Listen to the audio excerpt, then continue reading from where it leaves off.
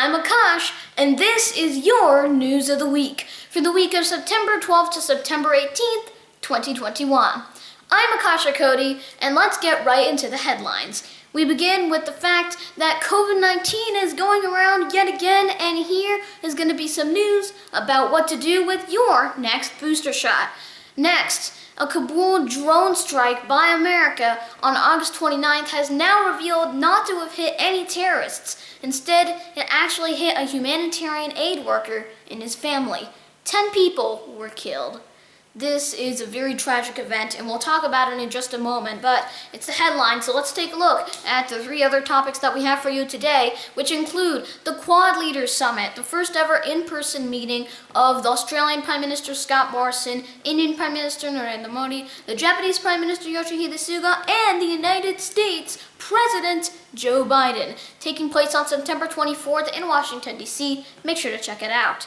Next, SpaceX is breaking records with its first ever all-civilian crew only Inspiration4 spaceflight mission in Earth's orbit. This has never been done before, and it's happening right now in order to raise millions of dollars for St. Jude Children's Research Hospital.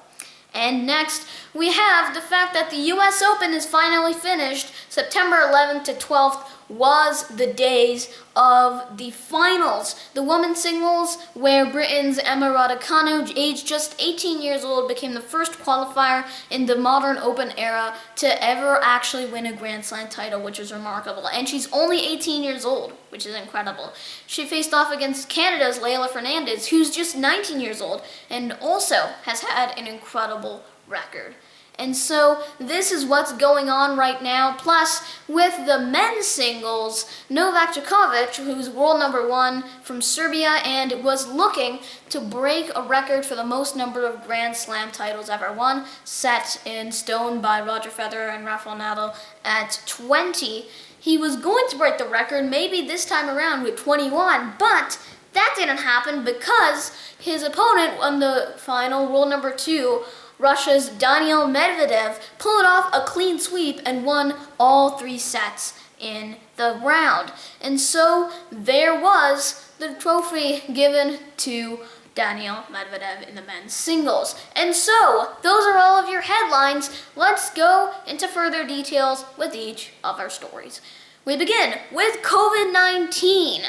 Now, very recently, the United States Food and Drug Administration has done a meeting of all of its members and whatnot in order to decide how to proceed forward and what to do with the booster shots. Now, you may know that Pfizer is currently ready with its booster shot after EUA approval. That's emergency use authorization by the FDA. So now the Moderna booster vaccine, by the way, I believe it's still getting approved by the EUA. It may take a little while, but eventually the FDA is going to approve it for the emergency use authorization, and that'll be great. And as for Johnson & Johnson, well, I mean, it's single dose, so its second dose is probably going to last a while, maybe. We're going to see. But as of now, the two big ones are Pfizer and Moderna. And so, literally just a couple days ago, we had the FDA officially say that the Pfizer booster vaccine should now be administered should everyone who has been fully vaccinated, A, age 65 and up, and B, a member of the health community, the high-risk people, those who are at greater risk and vulnerability of getting COVID-19, who have already been fully vaccinated, should now take the booster shot as well. So that's what's going on. I'm pretty sure as time goes by, we're going to be seeing the Moderna one also being approved, and eventually it's going to be available to everyone. We're going through a similar phase as how we've been doing it with the rollout of the COVID-19 vaccines, as the original Pfizer vaccine originally came out for those exact groups. A, healthcare workers, or those in general who are at high risk, and B, those who are age 65 and older. It's the same exact categories back then, and it will be the same categories now, because Well, that is what's going on. And by the way, we have some new updates regarding a study that showed that the Moderna vaccine is slightly better and its efficacy over the span of 4 months, and compared with the Johnson & Johnson vaccine and the Pfizer vaccine.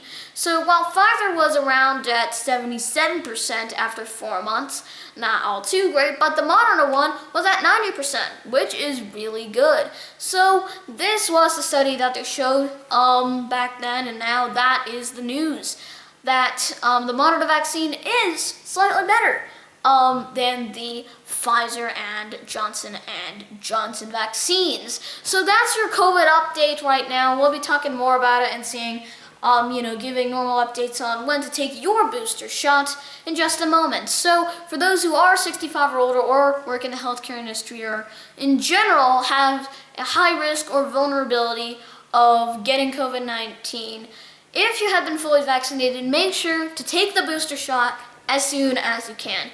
It will be vitally important, literally. So let's take a look at some of the other stories that we have for you this week.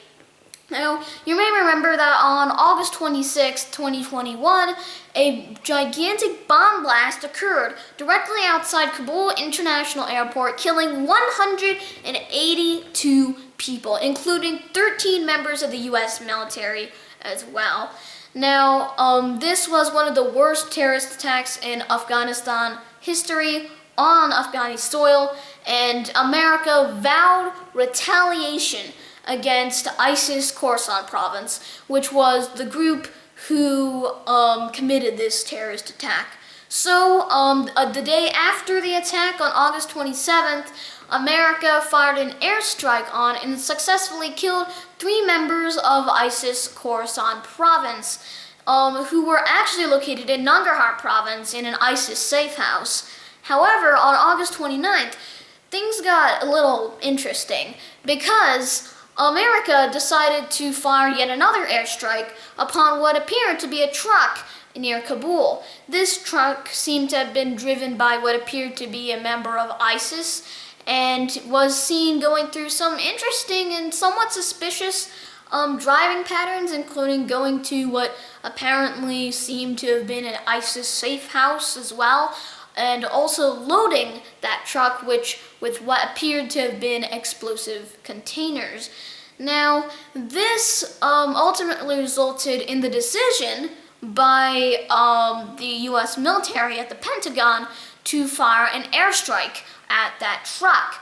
But the thing is, now in a new investigative report released by the New York Times on September 15th, it has actually transpired that that was not the case. There was no actual ISIS Khorasan province member in that truck. Instead, it was actually a humanitarian aid worker working for a well-known aid organization, and his family as well. And in total, 10 people died, including 7 children. 7! And 10 people in total died as a result of this airstrike. And so what appeared to be the erratic driving patterns was actually just the aid worker literally picking up and dropping off his colleagues to work. And what appeared to be explosive containers that were loaded into the truck was actually water containers. And since water is getting increasingly scarce in Afghanistan, that is reasonable, very reasonable actually. So, as it turns out, America's kind of blundered it up quite a lot with this. As a result of this new investigative report by the New York Times on September 15th, the Pentagon has finally acknowledged it and said that it was a tragic mistake, what happened, firing an airstrike at what ended up being an innocent aid worker helping people through the power of humanitarian aid near Kabul with 9 other members of his family. All 10 have died as a result.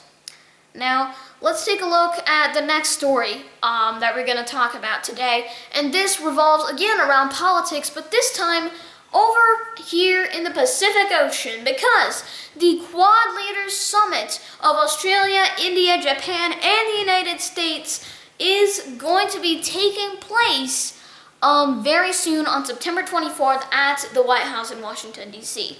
So, the Quadrilateral Security Dialogue, it was founded in 2007 and is currently spearheaded by Australia's Prime Minister, Scott Morrison, India's Prime Minister, Narendra Modi, the Japanese Prime Minister, Yoshihide Suga, and now, of course, the United States President, Joe Biden. So, of course, all of these four are spearheading this Quadrilateral Security Dialogue. Now, since it was reestablished in 2017, they haven't done any in-person talks, and especially in 2020, when they decided to do this in order to, figure out ways to combat COVID-19, they had to do it online, virtually. And so that's how they did it that time. But this time is going to be the very first Quad Leaders Summit in-person conference meeting of these four leaders of Australia, India, Japan, and the United States. And the goal of this is, of course, to strengthen the relations between these countries through and past the Pacific Ocean, and to help strengthen the relations and the bonds between these countries. And the next one, B, is that we can find more ways and find the solutions to combat COVID-19 and also climate change. Next, C, it's also to help find the solutions to the technology problems that our countries currently face. And D, literally overall, just making the Indo-Pacific region free and open to anyone and everyone. So this is the mission of the Quad Leaders Summit. It's going to take place on September 24th at the White House. Make sure to check it out. It's going to be great. Now, that is all about the Quad Leaders Summit. We'll take a look at two other nice stories, and we'll begin with the SpaceX breaking records with the first ever all-civilian crew aboard the orbital spaceflight mission Inspiration4. Now, this is something groundbreaking, what's happening right now, as Inspiration4 is a mission that launched just on the 16th and is actually planned to land today. So guys, make sure to watch the landing and also make sure to rewatch the launch because it's wonderful. So this mission is going to be so awesome. It's going to be spearheaded by, starting with the billionaire founder of Shift4 Payments, which is a large payment processing company, Jared Isaacman. You have C.M. Proctor, who is a geology professor and a science communicator. We also have Haley Arsenault, who is a physician assistant at the St. Jude Children's Research Hospital, which this mission is trying to raise millions of dollars for. That's Haley Arsenault for you. And then finally we have Christopher Zambrowski, also on this flight. So you have all of these four incredible crewmates on the flight, and this is going to be incredible. They've all only recently been trained for a few months of sorts by NASA, in comparison to the exhaustively trained people that NASA will usually select for astronauts, go through a very years-long process until the very first flight into space, which is a very remarkable moment for them. So now, given this is the first rookie one in quite a while, in fact, the last time that there was an all-rookie crew aboard a space flight was actually Shenzhou 7 a couple of years back. But before that, and especially with the United States, we've never done it since STS-2 of the space shuttle missions, all the way back in the 1980s. So this is going to be remarkable. Now, the mission is going to do all sorts of in-flight health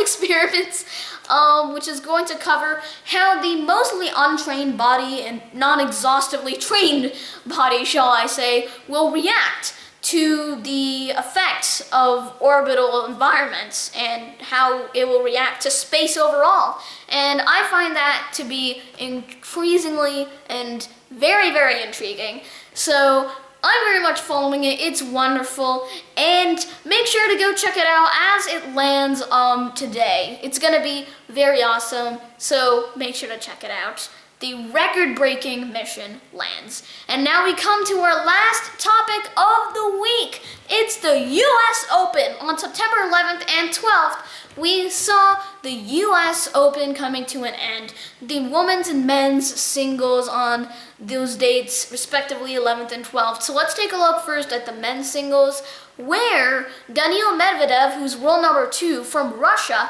has actually pulled off a clean sweep over world number 1, Novak Djokovic from Serbia. Now, world number 1, Djokovic, was looking to break the world record for the most number of Grand Slam titles ever won, firmly set by Roger Federer and Rafael Nadal in 20, but the thing is that Novak Djokovic is currently tying with them at 20, and if he had won this, then he would have broken both that record, becoming 21, and also he would have been the second tennis player in history of the modern Open era to have ever won all 4 of the Grand Slam titles in 1 year only. All for 1 straight year full. The last time someone did that was all the way back in the 1960s, which is remarkable. But the thing is, that didn't happen because Daniil Medvedev pulled off the clean sweep, winning all 3 sets and taking home the US Open trophy. And the thing is, although most people were interested in that, what everybody was talking about, the big buzz of the US Open, was in the women's singles, which broke several more records. First, it was the all-teenage final since 1999.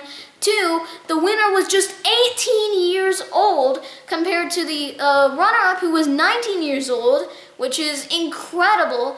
And not just that, the winner, who was Britain's Emma Raducanu, became the first ever qualifier in the US Open to actually win the whole tournament, which is remarkable, that, because instead of having automatically been qualified by virtue of the ranking by the ATP or WTA, instead it's right from the qualifier section all the way up to the winning trophy, which is, wow, it is amazing. And her competitor was Canada's Leylah Fernandez, also very remarkable. I believe that she actually won against last year's winner of the US Open, Naomi Osaka, in the 3rd round alone, which is amazing.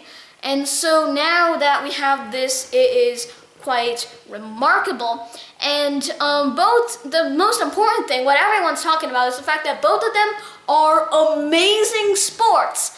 And they both gave great speeches, who praised each other and said, you know, you can expect us to play again together in many more matches, which is very heartwarming to see. And especially the winner, Emma Raducanu's winning speech, was very much praised by viewers, players, and commentators alike. And that is all of your news of the week for the week of September 12th to the 18th, 2021. I'm Akasha Cody. Thank you very much for watching, and I'll see you in another news of the week.